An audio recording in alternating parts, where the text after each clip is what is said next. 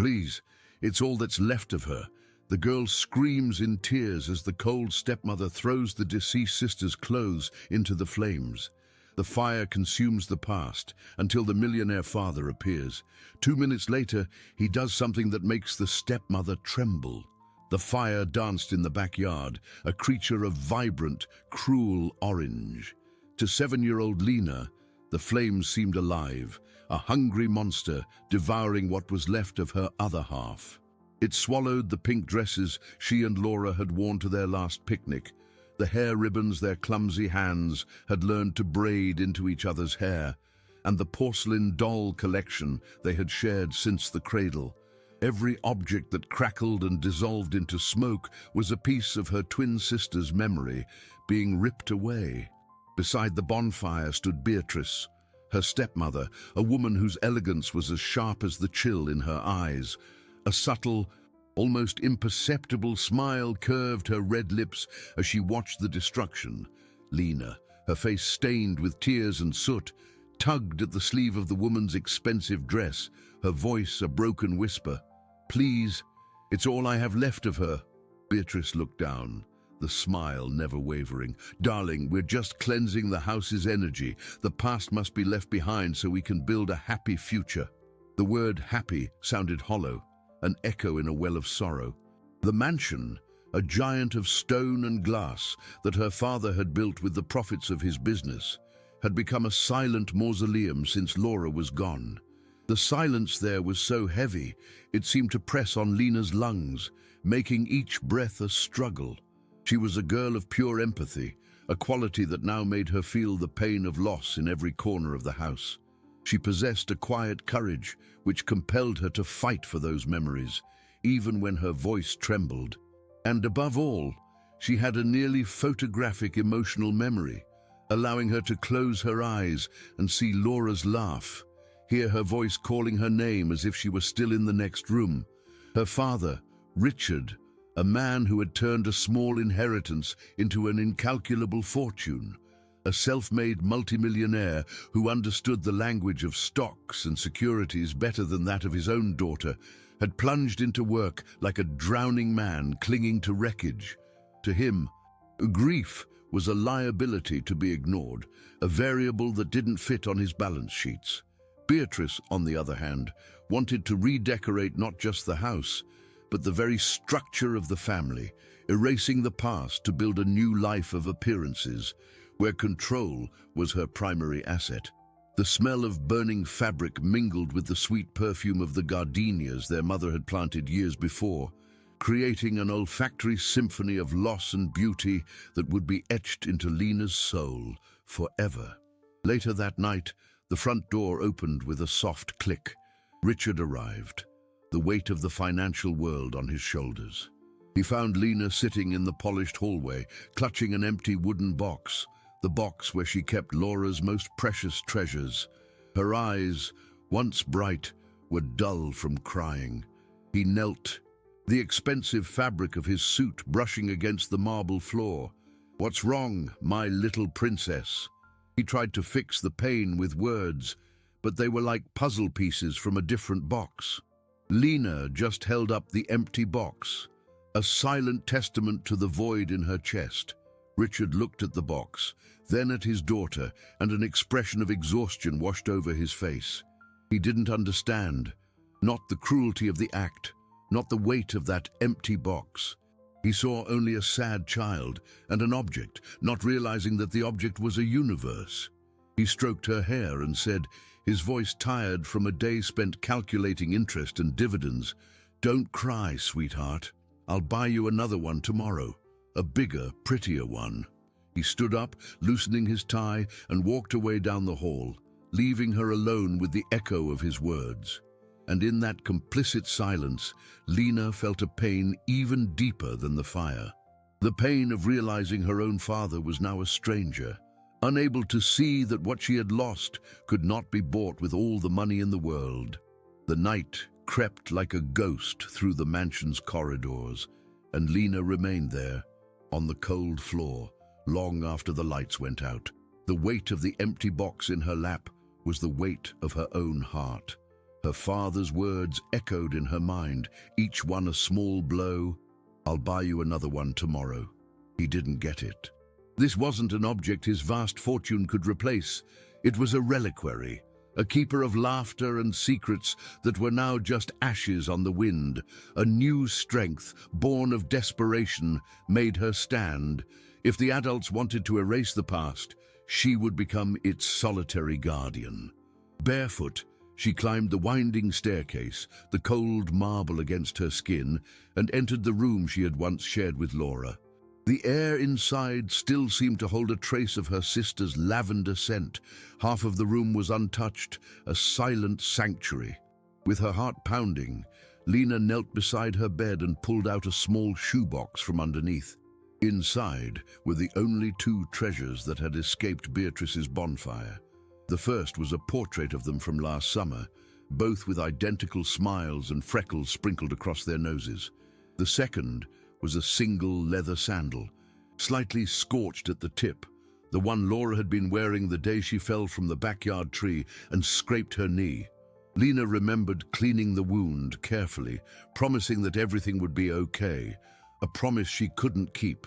With trembling hands, she hid the box deep in her closet, behind a pile of winter coats she rarely used. It was a fragile, childish hiding place, but it was all she had. The next day, the atmosphere in the house was even more charged. Beatrice floated through the rooms with a calculated efficiency, her ice-blue eyes missing nothing. She watched Lena at breakfast, noting the girl's furtive glances, the way she flinched whenever Beatrice came near. The stepmother knew the battle wasn't over. In the middle of the afternoon, she entered Lena's room without knocking. She carried an empty wicker basket. "Lena, darling," she said, her voice as smooth as silk, "I thought I'd help you organize your things." A clean environment helps clear the mind. It wasn't a suggestion, it was a sentence. Lena stood frozen by the window, watching as Beatrice began her methodical search. It wasn't an angry search, it was worse. It was cold, dispassionate, like an auditor examining the assets of a failed company, drawer by drawer, shelf by shelf. Finally, she opened the closet. Her long, manicured fingers pushed aside the heavy coats and found the shoebox. She pulled it out and lifted the lid. The portrait and the sandal rested inside. A heavy silence filled the room. Lena held her breath, a single tear tracing a path down her cheek. Beatrice looked at the objects, then at Lena, and a sigh of false compassion escaped her lips. "Oh, sweetie, I know it hurts, but holding on to these things only prolongs the suffering. The pain has to be forgotten so that life can go on." With a terrifying calm, she placed the portrait and the sandal into her basket. Lena took a step forward, her hand outstretched. "No, please don't." But Beatrice was already turning toward the door, the basket on her arm. "It's for your own good," she said over her shoulder, and left, closing the door softly behind her, leaving Lena in a room that now felt completely empty. The sound of her footsteps faded down the hall. Lena ran to the window, her heart hammering against her ribs. She saw Beatrice's elegant silhouette cross the immaculate lawn, heading toward the same spot where the flames had danced the night before. The wicker basket swung lightly in her hand, a pendulum marking the final seconds of her sister's last memories. The injustice settled in Lena's chest like a dense, dark cloud, suffocating what little air she had left. She stood there, a ghost in her own home, while the last tangible remnant of her sister was confiscated in the name of well-being. For hours, she didn't move. The afternoon sun painted long, golden stripes on the floor, illuminating dust motes that danced in the air, indifferent to her pain. Every corner of the mansion, a monument to her father's fortune, now felt like enemy territory. Beatrice had redecorated not just the spaces, but the very memories contained within them. Vases of fresh flowers replaced photo frames. Expensive rugs muffled the sound of footsteps that once echoed in pairs. It was a silent, methodical annihilation. an inexplicable impulse, a kind of call from the depths of the house, finally made her move. She needed a place where Beatrice's touch had not yet reached, a forgotten place. And then she remembered the attic. No one went to the attic. It was the repository for things money couldn't replace, but that time had rendered irrelevant to everyone but her. With her heart beating a funeral march against her ribs, Lena opened her bedroom door and peeked into the hall. Empty. She climbed the main staircase and then the narrower, darker service stairs that led to the top floor. The small attic door creaked in protest as she pushed it open. A smell of old wood and dust enveloped her like an embrace from a distant time. The light filtering through a small, round window was faint, revealing ghostly shapes covered in white sheets. Old furniture, boxes of documents from her father's first business ventures, her own outgrown childhood toys. It was a cemetery of pasts, a perfect refuge. She walked between the mounds of objects, her small feet kicking up clouds of dust. She wasn't looking for anything specific. She was just looking for a place to breathe. That's when she saw it, tucked under her grandmother's old vanity. A small, dark, unadorned wooden box, almost swallowed by the gloom. Curiosity overcame fear. She knelt on the dusty floor and pulled the box out. It wasn't locked. With trembling fingers, she lifted the heavy lid. What she found inside made her heart stop and then restart with a renewed force. They were Laura's secret treasures, a collection of colorful drawings of winged horses and castles in the clouds, crinkled notes they used to pass under the covers, with secrets scrawled in childish handwriting, a pressed flower that Lena remembered them picking together in the garden. And at the bottom, carefully rolled up, a blue satin hair ribbon, Laura's favorite. The tears that came this time were not of despair, but of a relief so profound it ached. Laura wasn't completely gone. A piece of her was here, in this box, safe from Beatrice's fire and control. A treasure that no stock portfolio or gold investment could ever buy. The relief, however, was quickly replaced by a visceral fear. This secret had to be protected at all costs. She couldn't leave the box in the attic. Beatrice might decide to cleanse the energy up there too. Clutching the box tightly to her chest, she descended the stairs, her heart in a frantic race. Back in her room, she looked around, desperate for a hiding place. And then her eyes landed on the plush rug beside her bed. She remembered a day when her father had sent a handyman to fix the floor, and one of the floorboards had been left slightly loose. She knelt, pushed the rug aside, and with some effort managed to pry up the wooden plank. The space underneath was dark and small, but perfect. With the utmost care, she placed the box in the gap, as if she was storing the most sacred of artifacts. She pushed the board back into place and arranged the rug over it, smoothing the fibers to erase any trace of her action. A sigh of triumph escaped her lips. She had saved something. She had won. In the exact moment she stood up, feeling a flicker of hope for the first time in days, Beatrice's voice cut through the silence of the house, rising up the stairs with alarming clarity. "Lena, what are you doing up there? Come down here this instant." Beatrice's call was like an alarm, sending a wave of icy panic through Lena's body. She froze, her heart leaping into her throat. Had she been heard? Had the floorboard made too much noise? Every second of silence stretched into an eternity of suspense. With trembling hands, she smoothed the rug one last time, ensuring nothing was out of place. She took a deep breath, trying to calm the storm inside her, and walked out of the room, closing the door with a gentleness she didn't feel. When she reached the top of the stairs, she saw Beatrice standing in the foyer, hands on her hips, an expression of calculated impatience on her face. "I called you 5 minutes ago," she said, her voice flat. "Where were you?" "In my room," Lena answered, her voice a thread. "I was just organizing my books."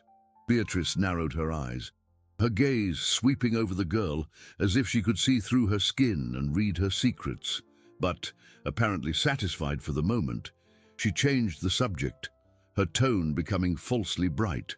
"Well, come down. I have wonderful news." Lena descended the stairs slowly, each step an effort. Beatrice's wonderful news usually meant another piece of the past was being removed. At the bottom of the staircase, Beatrice placed a hand on Lena's shoulder, her fingers cold even through the fabric of her dress. "Your father and I had a long talk. With everything that's happened, we think a change of scenery would do you a world of good. We've decided to renovate your room and the—" She paused deliberately. "The other room. We're going to combine them and create a completely new space, a real sanctuary just for you. A fresh start." The words hit Lena with the force of a physical blow. A fresh start.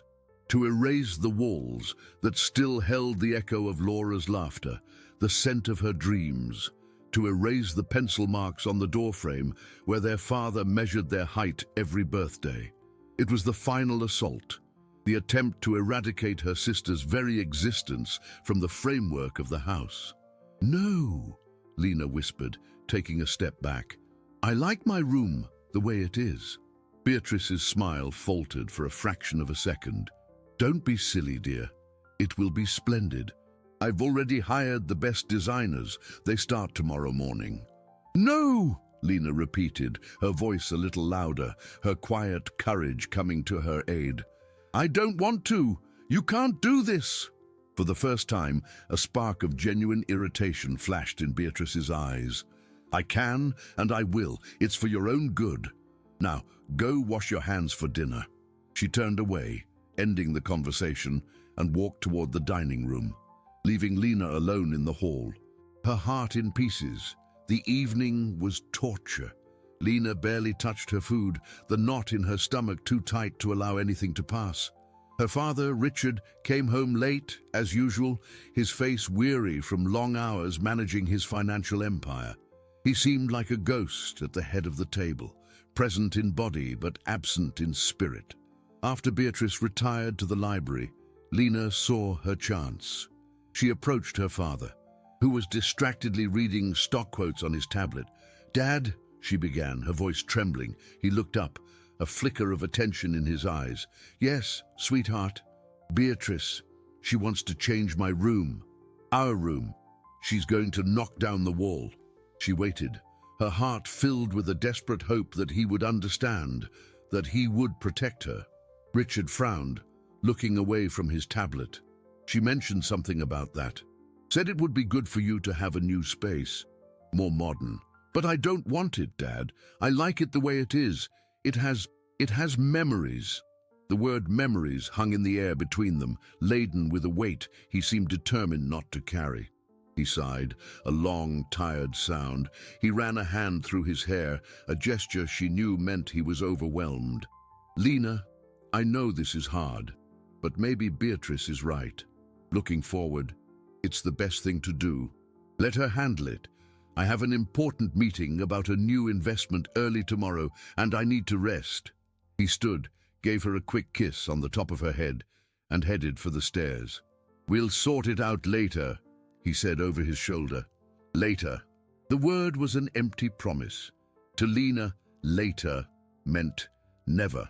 She stood alone in the lavish dining room, the silence of the house enveloping her again. The last door of hope had closed. Tomorrow, the men would come with their tools and their blueprints, and they would begin to erase the walls that were the last silent witnesses to the fact that Laura had ever existed. And under one of those walls, beneath a loose floorboard, lay her last and most precious secret. The next morning's sun streamed through Lena's window, but it brought no warmth, only the cold light of a dreaded day. The sound that woke her wasn't the birds in the garden, but the unmistakable crunch of a truck parking on the gravel driveway. They were here, the designers, the destroyers. Panic seized her like an icy blanket. She leaped out of bed, her heart hammering wildly. She ran to the corner of the room, pulled back the rug, and stared at the loose floorboard. The box. She had to get it out before they found it, but where to? There were no hiding places left.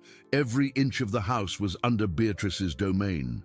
She heard voices downstairs, the professional tones of the workmen mixed with her stepmother's melodic, directive voice. They were coming up the stairs. There was no time. In an act of pure desperation, Lena grabbed the box from under the floor, ran to the closet and shoved it in the back under the same pile of winter coats as before. It was the most obvious hiding place, the first place Beatrice had looked. It was a foolish gamble, but the only one she had left. The doorknob turned. Lena straightened up, trying to look calm, her face a mask of forced innocence. Beatrice entered, followed by two men in work uniforms. "Good morning, dear," Beatrice said with a smile that didn't reach her eyes. "These are the gentlemen who are going to turn your room into a dream." One of the men, older with a kind face, smiled at Lena. "Don't you worry, little lady. We'll take good care of your things." His words, meant to be comforting, only heightened her terror. Beatrice began giving instructions, pointing at walls, talking about colors and textures, about knocking down the partition to create a junior suite.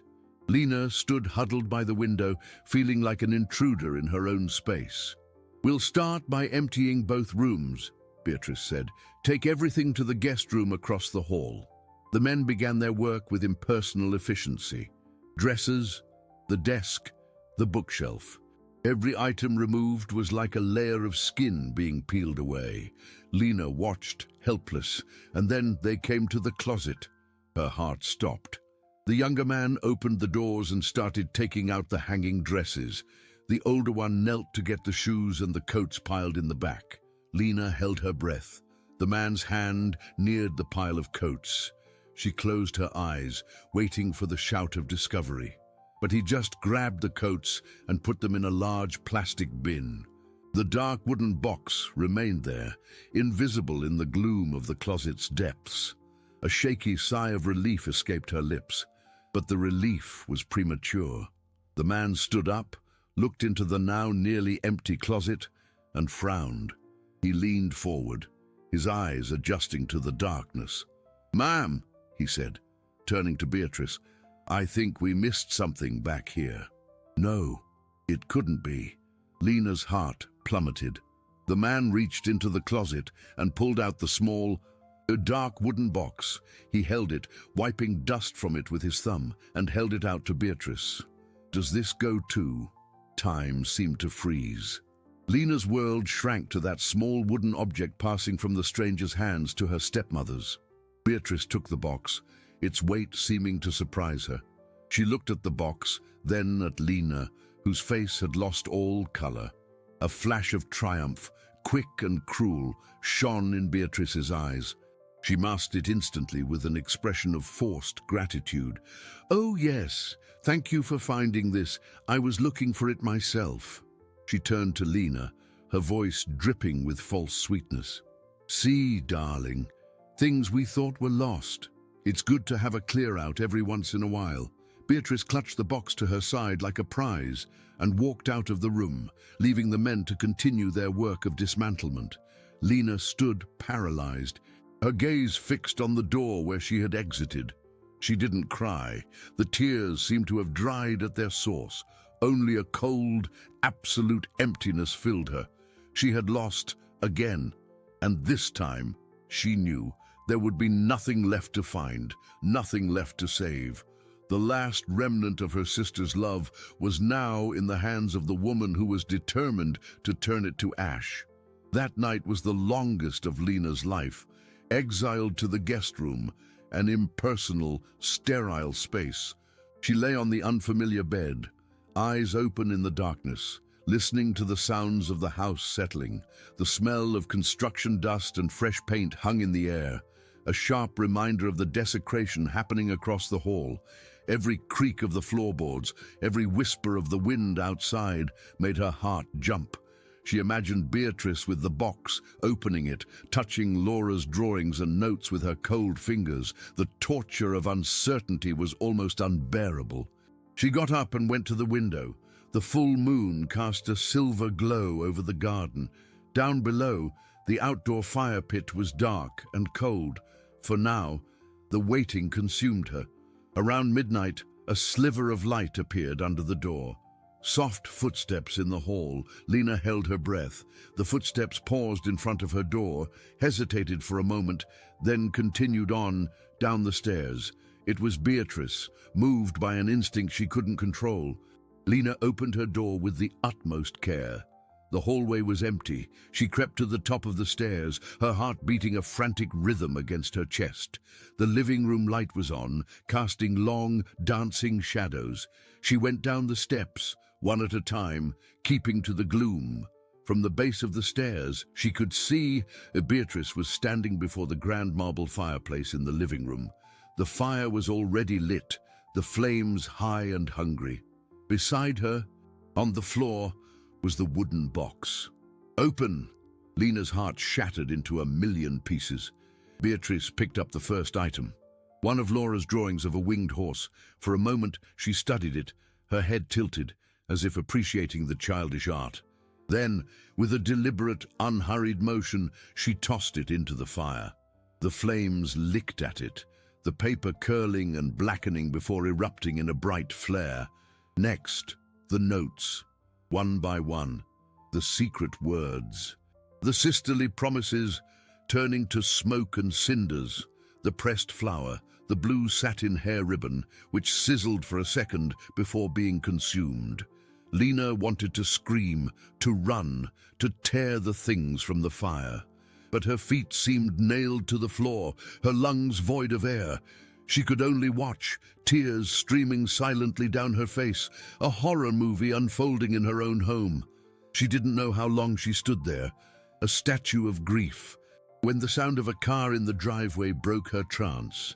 Headlights swept across the living room windows. Her father, he was back from a business trip, a day early. The front door opened. Richard came in, looking exhausted, his leather briefcase still in hand. He stopped in the foyer, his tired expression turning to confusion at the scene before him. His wife, dressed in an elegant red silk robe, was standing before a roaring fire in the middle of the night. And his daughter, barefoot and in pajamas, was huddled in the shadows of the staircase, her face illuminated by the trembling firelight, wet with silent tears. "Beatrice? Lena? What's going on in here?" Richard's voice cut through the tension. Beatrice turned, the surprise on her face quickly replaced by a practiced smile. "Richard, you're back early. How wonderful." She gestured toward the fire. "I was just finishing the clear-out, helping Lena to let go." Lena finally found her voice, a ragged cry that came from the depths of her soul. "She's burning it. She's burning everything that's left of Laura." The cry propelled her forward. She ran toward the fireplace, desperation giving her a strength she didn't know she had. She tried to reach into the flames, to save anything, a fragment, an ash. The fire crackled, illuminating her face in agony. The scene paralyzed Richard. The contrast was devastating. His wife's vibrant red robe, her disturbing calm, and his daughter's absolute despair, her white pajamas looking like those of a small fallen angel. He finally saw, not just the flames, but what they were consuming, not just Lena's pain, but the source of it. The silence that followed was louder than any scream. Beatrice tried to speak, to justify, but the words died in her throat. The look on Richard's face had changed. The fog of exhaustion and denial had lifted, replaced by a terrible, cold clarity. For the first time, he didn't see the charming, efficient woman he had married. He saw an arsonist of souls. And in the flames, he saw the ghosts of everything he had lost. Not just one daughter, but the other one he had been slowly abandoning, day after day. Richard didn't shout. The sound that escaped his lips was not one of rage, but of a deep, newly awakened pain. He dropped his briefcase, which fell to the marble floor with a dull thud, and he moved, not toward Beatrice, but toward the fire, toward his daughter. He walked past Beatrice as if she were invisible, his eyes fixed on the small figure of Lena. who was sobbing uncontrollably, her hands outstretched toward the cruel flames. With 2 long strides, he reached her, wrapping her in his arms and pulling her away from the heat. "Shh, my darling, shh. I'm here," he murmured into her hair, his voice hoarse with emotion. He held her tightly, feeling the tremors that racked her small body. Then, with Lena still in his arms, he turned to the fireplace. His face was a mask of steel. He knelt, still holding his daughter with one arm, and with his free hand he began to scatter the embers with the iron poker, smothering the fire. The smell of smoke and burnt paper filled the room. He ignored the heat, ignored the soot that stained his hands and the cuff of his expensive shirt. When the flames were reduced to glowing embers, he set the poker down. Gently, as if handling the most fragile of artifacts, he reached his fingers into the warm ashes and pulled out what was left. Blackened fragments of paper, a piece of melted metal that might have been the box's clasp, and a tiny scrap of blue satin, scorched at the edges but still recognizable. He held the remains in the palm of his hand, his gaze lost in them. The silence in the room was so thick it seemed to have weight and form. Beatrice finally moved, taking a step forward, her hand on her chest in a gesture of false concern. "Richard, I was only trying to help," she began, her voice carefully modulated to convey reason and care. "Lena is obsessed. She can't move on. The experts say that keeping these reminders around only prolongs the agony. I did it for her, for us." Richard slowly lifted his gaze from the ashes in his hand to her face, and what Beatrice saw there made her take a step back. It wasn't the fury she might have expected and would have been prepared to argue against. It was something far worse. It was the look of a man seeing a stranger where he thought he knew someone. A look of ice-cold clarity, of absolute disillusionment. He didn't say a word. He just stood up, with Lena still nestled against him, and looked at the ashes in his hand. Then he looked at his daughter's tear-streaked face. Then at the woman standing before him.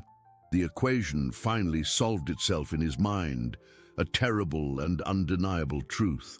He had chosen the easy path, that of silence and denial, and in doing so, he had become an accomplice to the cruelty unfolding under his own roof. The profit from his investments, the growth of his portfolio, none of it mattered in the face of his family's emotional bankruptcy. He felt like a man who had spent years building an empire on unstable ground, and now the floor was crumbling beneath his feet. "Go to your room, Beatrice," he said finally, his voice low and devoid of any emotion. "What?" she stammered, surprised by his calm. "Richard, we need to talk about this. You're not thinking clearly." "I have never thought more clearly in my entire life," he replied, his tone cutting. "Go to your room, now." He turned, carrying Lena with him, and started up the stairs, leaving Beatrice alone in the lavish room, with the smell of smoke and the echo of a world of appearances that had just collapsed. His gaze, the way he had dismissed her as if she were an insubordinate employee and not his wife, was the first sign that the control she valued so much was, irrevocably, slipping through her fingers. The days that followed transformed the atmosphere of the mansion from an oppressive silence to a razor-sharp tension. Richard and Beatrice inhabited the same house, but circled each other like planets in separate orbits, the gravitational pull of their relationship broken. Conversations were reduced to essential formalities, exchanged with the chill of 2 business partners about to dissolve a company. Richard cancelled all his trips and meetings. He began working from home, in the study whose silence he once used to escape his grief, but which he now used to stand watch, to be present. He started to notice the details. His fog of work and mourning had prevented him from seeing. He noticed the way Beatrice gave clipped orders to the household staff, the veiled contempt in her tone when she spoke of his late wife, the way she tried to micromanage every aspect of Lena's life, from the clothes she wore to the books she read.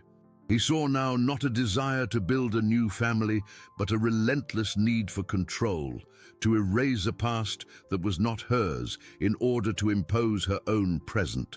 He tried to protect Lena, small actions that would have gone unnoticed before. He insisted on driving her to school himself. He vetoed Beatrice's suggestions for extra lessons and activities that would keep Lena busy and away from home. He sat with her while she did her homework, not because he understood fractions or grammar, but because he wanted to be there, a silent shield against his stepmother's chilling presence. Realizing her direct power over the girl was waning, Beatrice changed tactics. Open aggression gave way to a more subtle, venomous manipulation, a campaign to undermine Lena's credibility in her father's eyes. She began to express her concern over the girl's emotional stability. "Richard, darling," she would say during their tense dinners, her voice full of studied compassion. "I know you don't want to see it, but Lena isn't well. She talks to herself. She cries for no reason. Yesterday, I found her in the garden, talking to the tree where the accident happened. She's stuck in the past, and it isn't healthy. She needs professional help, perhaps a more structured environment." The seed of doubt was planted with the expertise of a master gardener. Beatrice suggested psychologists, therapists, and finally, the ultimate solution, a boarding school. A beautiful place in the mountains, she described, painting an idyllic picture of recovery and education. There, she would have support from specialists 24/7. It would be a fresh start, away from this house that only brings her bad memories. Richard found himself in a new kind of hell. On one hand, he saw the genuine pain in his daughter. On the other, Beatrice's cold logic seemed, in moments of weakness, to make a perverse kind of sense. Was he, in his attempt to reconnect, suffocating her further in her grief? The pressure was immense. The fortune he managed seemed simple compared to the complexity of navigating the emotions in his own home. Desperate, feeling the circle closing in, Lena sought refuge in the only place she could still find her sister's voice, the books they had shared. Beatrice had burned the box, but she hadn't thought to scour the library. On a rainy night, while the house slept, Lena sat on the library floor, paging through an old book of fairy tales, Laura's favorite. And then something fell from between the pages, a small, folded piece of paper. It was a note, in Laura's round handwriting. Lena unfolded it with trembling hands. It wasn't just any secret. It was a message that seemed written for this exact moment. "For Lena," it said at the top, "if the world ever tries to erase me, or if you feel all alone, remember this. Love doesn't turn to smoke. Love is what's left in the ashes. It stays in your heart forever, and my heart is always with you. Love, Laura." The tears that fell on the paper were not of sadness, but of a newfound strength. It was a sign, a permission. Her sister's voice, not from a past of pain, but from a present of strength. Love doesn't turn to smoke. The phrase became her mantra, her secret weapon. Beatrice could burn dresses and drawings. She could try to erase walls and memories, but she couldn't touch that. Inspired by her sister's words, an idea began to form in her mind. She could no longer fight with screams and tears. She had to fight with words, the same words her father understood so well in the business world, but seemed to have forgotten at home. She took a sheet of paper and a pencil, and with Laura's note beside her, she began to write. Lena's letter was not long or eloquent. It was the pure, simple distillation of a 7-year-old's heart, written in a hand that was still learning to master the curves of the letters. Every word was chosen with an instinctive care. Every sentence weighted with the truth of her pain. She made no direct accusations, mentioned no bonfires or Beatrice's cruelty. She just spoke of herself, her sister, and the overwhelming fear she felt. "Dad," the letter began, the letters as shaky as her voice. "I know you are sad. I am sad too. I miss Laura all the time. I miss the way she laughed when you told a joke, and the way she held my hand when I was scared of the dark. Sometimes, when I close my eyes, I can still hear her voice. Beatrice says I have to forget. She says remembering hurts. But Dad, remembering her is the only thing that makes me feel like she's not gone forever. Remembering is how I keep her alive inside me. I don't want a new room. I don't want to go to a school far away. I just want to remember her. Please don't make me forget. She folded the paper carefully and, in the middle of the night, while the house was steeped in silence, she crept into her father's study. The large mahogany desk was covered in papers, stock charts, and investment fund reports. Amidst that world of wealth and business, she placed the small letter right in the center. On top of his laptop keyboard, it was a tiny island of emotion in an ocean of logic. The next morning, Richard walked into his study with a cup of coffee in his hand, his mind already churning over cryptocurrency fluctuations and the profitability of his latest acquisitions. He saw the letter. He frowned, thinking it was some memo his assistant had left. Then he saw the childish handwriting. He picked up the paper, and the world around him seemed to fade away. He read the letter once, then a second time, the simple words piercing through the layers of denial and exhaustion he had built around his heart. Please don't make me forget. The sentence struck him with the force of a revelation. He wasn't just allowing Laura's memory to be erased, he was actively participating, with his silence, with his neglect. He was teaching his living daughter that love was disposable, that pain should be hidden, that memories were liabilities to be liquidated. In that instant, the fortune in dollars, euros, and gold he had amassed seemed utterly worthless. What kind of man was he who could build a financial empire but couldn't protect the emotional inheritance of his own child? The anger he felt was directed first at himself, an overwhelming guilt for his blindness. Then, the anger turned to Beatrice, the image of her smiling calmly as his daughter's memories turned to ash. Burned in his mind, the manipulation, the lies about Lena's instability, it all clicked into place.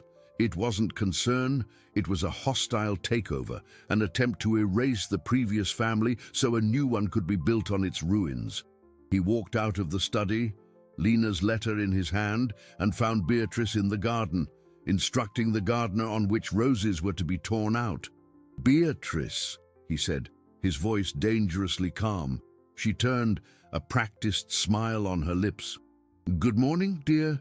We are not sending Lena to boarding school," he said without preamble. Her smile faltered. "Richard, we've discussed this. It's for the best." "No," he interrupted, taking a step forward. "It's for the best for you. For your project of erasing any trace that my family existed before you arrived." The accusation hung in the air, clear and undeniable. Beatrice lifted her chin, the facade of compassion melting away to reveal the steel beneath. "That's ridiculous. I'm trying to help us move on, to get past this tragedy. You're clinging to grief, and you're dragging that girl down with you. You're being weak, Richard."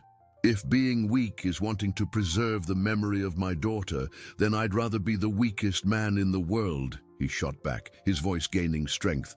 "This house isn't a balance sheet where you can just write off the assets you don't like. I am your wife," she hissed, her voice low and furious, "and this is my house too. If you can't let go of the past, then maybe I don't have a place here."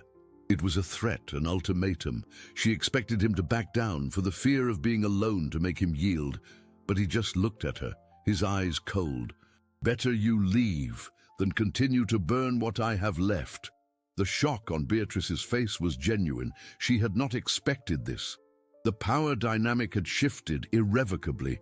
She had underestimated the strength of the bond she had tried to destroy and overestimated the power that control and appearances had over him. He turned his back on her and walked back inside, leaving her alone in the perfectly manicured garden. Among the roses she would never get the chance to tear out. Beatrice's departure was not dramatic. There was no shouting, no slamming doors. It was as cold and calculated as everything else she did. In less than 24 hours, her designer suitcases were lined up in the foyer.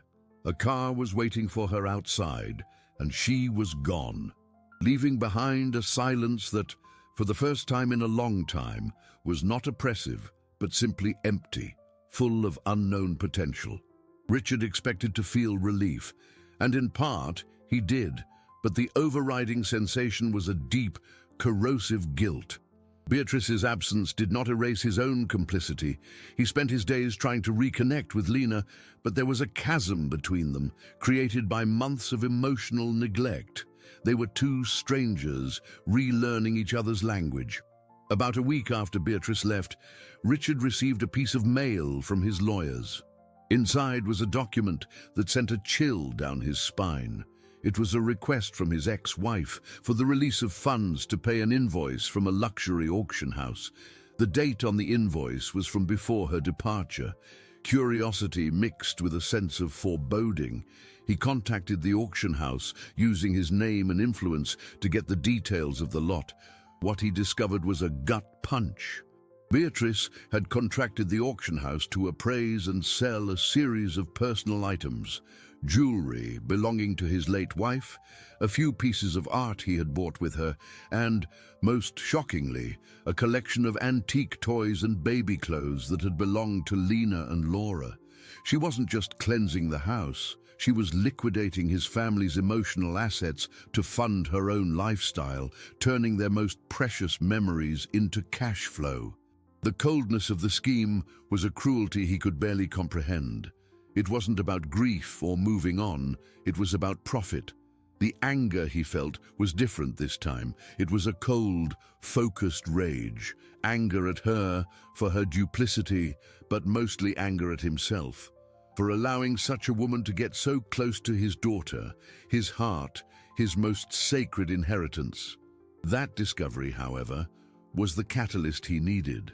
The paralyzing guilt gave way to a fierce determination to fix what he had broken. The first thing he did was go to Lena's room, which was still in a state of disarray from the interrupted renovation. The walls were bare, the floor covered in a drop cloth. The sight of the destroyed space, which was supposed to be a fresh start, now looked like a scar on the house. "We're going to fix this," he told Lena, who was sitting on the bed in the guest room, drawing in a notebook. "But we're going to do it our way." The next day, he dismissed Beatrice's design team. Instead, he took Lena to a paint store. "What color do you want?" he asked, and for the first time, he truly wanted to know the answer. Lena looked at the endless swatches of color, overwhelmed by the choice. Then her eyes landed on a specific shade of blue, a soft, celestial, almost ethereal blue. "That one," she said, pointing. "It's the color of her hair ribbon." Richard's heart tightened, but he just nodded. "Blue it is." Over the next few days, father and daughter embarked on a project of reconstruction. They hired no one. Richard, the man who ran a multi-million-dollar empire, traded his suits for old clothes and learned how to sand, plaster, and paint. They painted the walls together, the smell of fresh paint replacing the smell of smoke. Lena, too small to reach the top, was in charge of the lower sections. She painted one wall entirely in the blue she had chosen, a tribute wall, a private sky inside her room. It was not an attempt to erase the past, but to integrate it, to create a space where Laura's memory could live not as a ghost of pain, but as a presence of love. As the paint dried, Richard found the small pile of ashes he had collected from the fireplace and carefully put them into a small glass vial. It was an odd gesture, perhaps, but he felt he needed to preserve that last remnant, the final result of Beatrice's cruelty, as a reminder of his own failure. On a sunny afternoon, he and Lena went into the garden. He helped her set up a small memorial, not a headstone, but a wildflower garden around Laura's favorite tree. And in the center, they placed a smooth stone, no name, no date, just a place to sit and remember. That was the first glimmer of a true rebuilding. A small victory won from an immense loss. The house was beginning to heal, and so were they. But as they were painting the last wall, the sound of a car screeching to a halt in the driveway, followed by the sharp click of heels on the stone path, announced that the piece they had found was fragile and the storm was not yet over. The figure who appeared in the front doorway, framed by the afternoon sun, was Beatrice. She was not carrying suitcases, but flanked by two men in dark suits who exuded an air of impersonal authority. They were lawyers. The smile she offered Richard was not one of reconciliation, but of combat. "Richard," she said, her tone formal and sharp, "I believe we need to have a serious conversation." He felt Lena shrink behind him, her small hand grabbing the hem of his shirt. He put a protective arm around her, his body forming a barrier. "There's nothing to talk about, Beatrice. You should have your lawyers speak to my lawyers." "Oh, I will," she replied, much with terrifying confidence. "But first, I wanted to inform you of my intentions personally. Given that you refuse to give me what is mine by right, and given your recent emotional instability following the tragedy, my legal counsel believes you are in no condition to manage your estate or to care for a child." The words hit him like stones. Emotional instability. The same accusation she had used against Lena was now the weapon aimed at him. One of the lawyers stepped forward, handing Richard a thick envelope. "Mr. Dalton, this is a petition to contest your competency in managing your assets and to request a custody evaluation for your daughter based on allegations of neglect and an unstable home environment." It was a low blow, a declaration of total war. She didn't just want a piece of the fortune, she wanted all of it. Control of the business, the house, and cruelest of all, of Lena. The conflict, once contained within the mansion walls, was about to explode into a public, humiliating legal battle. The girl Beatrice had labeled as emotionally unstable would now be the centerpiece, the witness to everything that had happened. The following weeks were a blur of meetings with lawyers, depositions, and psychological evaluations. Richard had to lay his life, his grief, and most difficultly, his initial neglect, bare before strangers who took notes on yellow legal pads. He protected Lena as much as he could, but the process required her testimony. The day arrived, grey and oppressive, mirroring everyone's mood.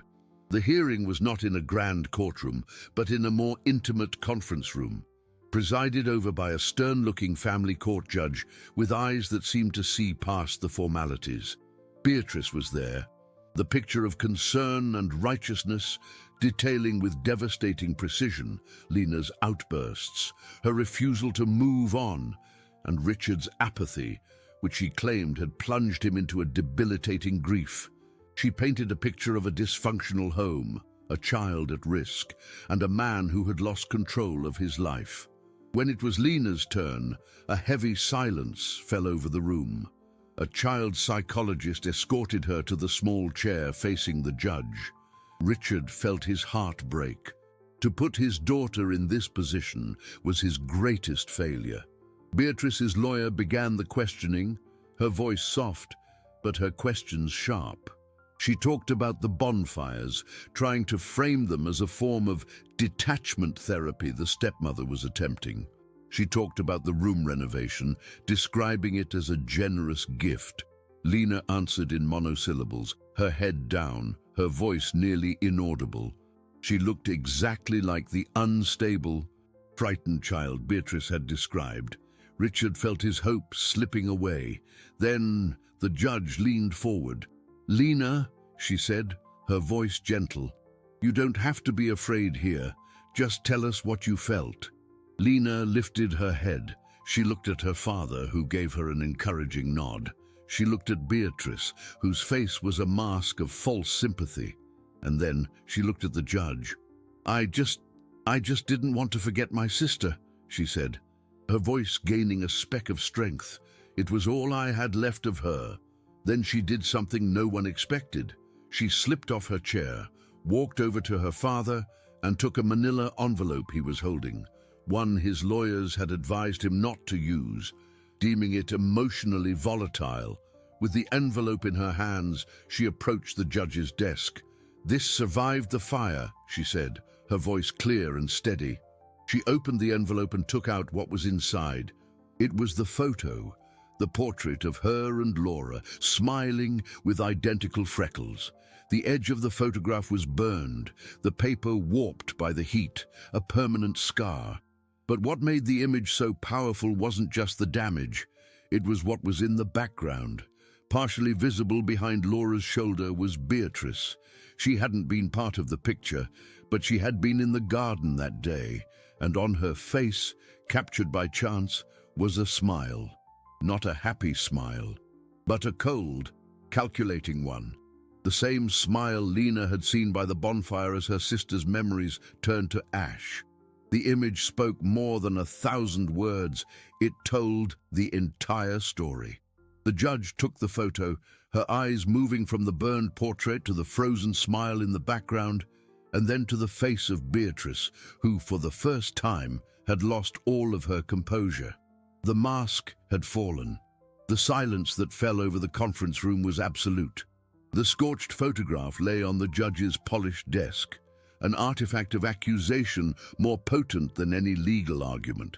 The smile captured on Beatrice's face, seen in the light of everything that had been said, was damning. It wasn't the expression of a loving stepmother, but that of a strategist observing the pieces on a board long before the game had been officially declared. The judge looked at the photo for a long moment, then at Beatrice, whose face had become a pale mask of shock. Beatrice's lawyer tried to intervene, stammering something about the photo being circumstantial, irrelevant, but the damage was done. The carefully constructed narrative of a concerned stepmother had crumbled under the weight of that single image. The judge held up a hand, silencing the lawyer. Her eyes, once stern, now held a spark of understanding and a coldness directed at Beatrice. The decision, when it came, was swift and decisive. The petition was dismissed. The judge not only affirmed Richard's full competency as a father and manager of his estate, but also issued a restraining order, forbidding Beatrice from any contact with Lena. The woman who had tried to use the law to seize control of a family lost everything, including the trust and credibility that were the currency of her realm. Leaving the room, the victory didn't taste sweet like triumph, but bittersweet like exhaustion. The war was over, but the scars would remain. Back at the mansion, a new kind of silence welcomed them, a silence of peace, of a new beginning. Father and daughter, now free from the shadow that had loomed over them, began to fill that silence not with words, but with actions. They finished painting the room, no longer as a repair project, but as a celebration. The combined room became a large, bright space, half a sanctuary for Lena, with her books and drawings, and the other half a memory space, with the celestial blue wall adorned with the one remaining photo and a shelf holding Laura's favorite books. A few weeks later, on an autumn afternoon when the garden leaves were turning to gold and fire, Richard called Lena outside. He was carrying the small glass vial containing the ashes he had rescued from the fireplace. For a moment, Lena felt a chill, the memory of that terrible night resurfacing. But the look on her father's face was serene. "I kept this," he said, showing her the vial. "Not to remember the pain, but to remember not to forget what's really important. And now, I think it's time to let it go." They walked to the large tree in the center of the garden, the same one that had been the stage for so much play and, later, so much pain. Richard dug a small hole in the earth near the roots. He handed the vial to Lena. "Do you want to do it?" Lena hesitated, then nodded. With both hands, she held the vial and turned it over, letting the ashes fall gently into the hole. They were no longer the remains of drawings and hair ribbons. They were just dust, part of the earth now. Together, they covered the hole, his large hand and her small one working in unison. When they finished, Richard didn't stand up. He remained kneeling on the grass, looking at the turned soil, and then at his daughter. The wind blew softly, rustling the branches of the tree above them. It was then that the real, final transformation occurred, not in Lena, who had already found her strength, but in him. He looked at his daughter, at the house, at the garden, and saw not an empire of property and assets, but a kingdom of love and memory that he had almost lost. The most important investment of his life wasn't on the stock market, but right there, in front of him. He reached for Lena's hand, and she took it. His hand, once stained with soot, was now covered in soil. "There," he whispered, more to himself than to her. "Now she can rest, and so can we." He stood up, her hand still in his, and for the first time in a long, long time, Richard Dalton, the billionaire, the multimillionaire, the titan of industry, felt genuinely, incalculably rich. The symbolic burial of the ashes wasn't an end point, but a starting point. In the days that followed, the grand mansion, once a mausoleum of silence and tension, began to breathe again. The first breath came in the form of music. One morning, Richard found an old music box that had belonged to his first wife. With a hesitant gesture, he wound it up. A delicate, familiar melody that hadn't been heard in years floated through the air, drifting up the stairs and into the rooms, breaking the spell of silence. Lena, in her new room, heard the music, and a small smile touched her lips. It wasn't a sound of sadness, but of remembrance, proof that not everything beautiful had been lost. Their routine changed completely. Richard's mornings no longer began with the frantic analysis of stock tickers or worrying about his portfolio's profitability. They began in the kitchen, with the smell of pancakes and the sound of Lena's laughter as she told him about her dreams. He drove her to school every day, a small 20-minute trip that became the most precious investment of his day. He heard about her friends, about art class, about the mystery of a missing pencil. Each of these childish stories was a dividend of joy, more valuable than any profit his business could generate. He realized how poor he had been amidst his immense wealth, a billionaire in dollars, but a pauper in affection. The house, once an immaculate showroom of property and assets, became a home. There were Lena's drawings held by magnets on the stainless steel refrigerator, a dusting of flour on the kitchen floor, and books left open on the sofa. The remade room, with its vast, sky-blue wall, became the heart of the house. It was where they read stories before bed, where they built forts out of sheets, and where the scorched photo, now in a silver frame, watched over everything not as a reminder of loss, but as a guardian angel. The space no longer held grief. It held the continuation of love, the intangible inheritance that no legal dispute could ever touch. One spring afternoon, months later, Richard was looking out his study window. Outside in the garden, Lena was playing near the large tree. She wasn't sad. She was picking small yellow flowers that had sprouted in the exact spot where they had buried the ashes. She was weaving a small crown with them, humming a soft tune. In that moment, Richard understood the true nature of his net worth.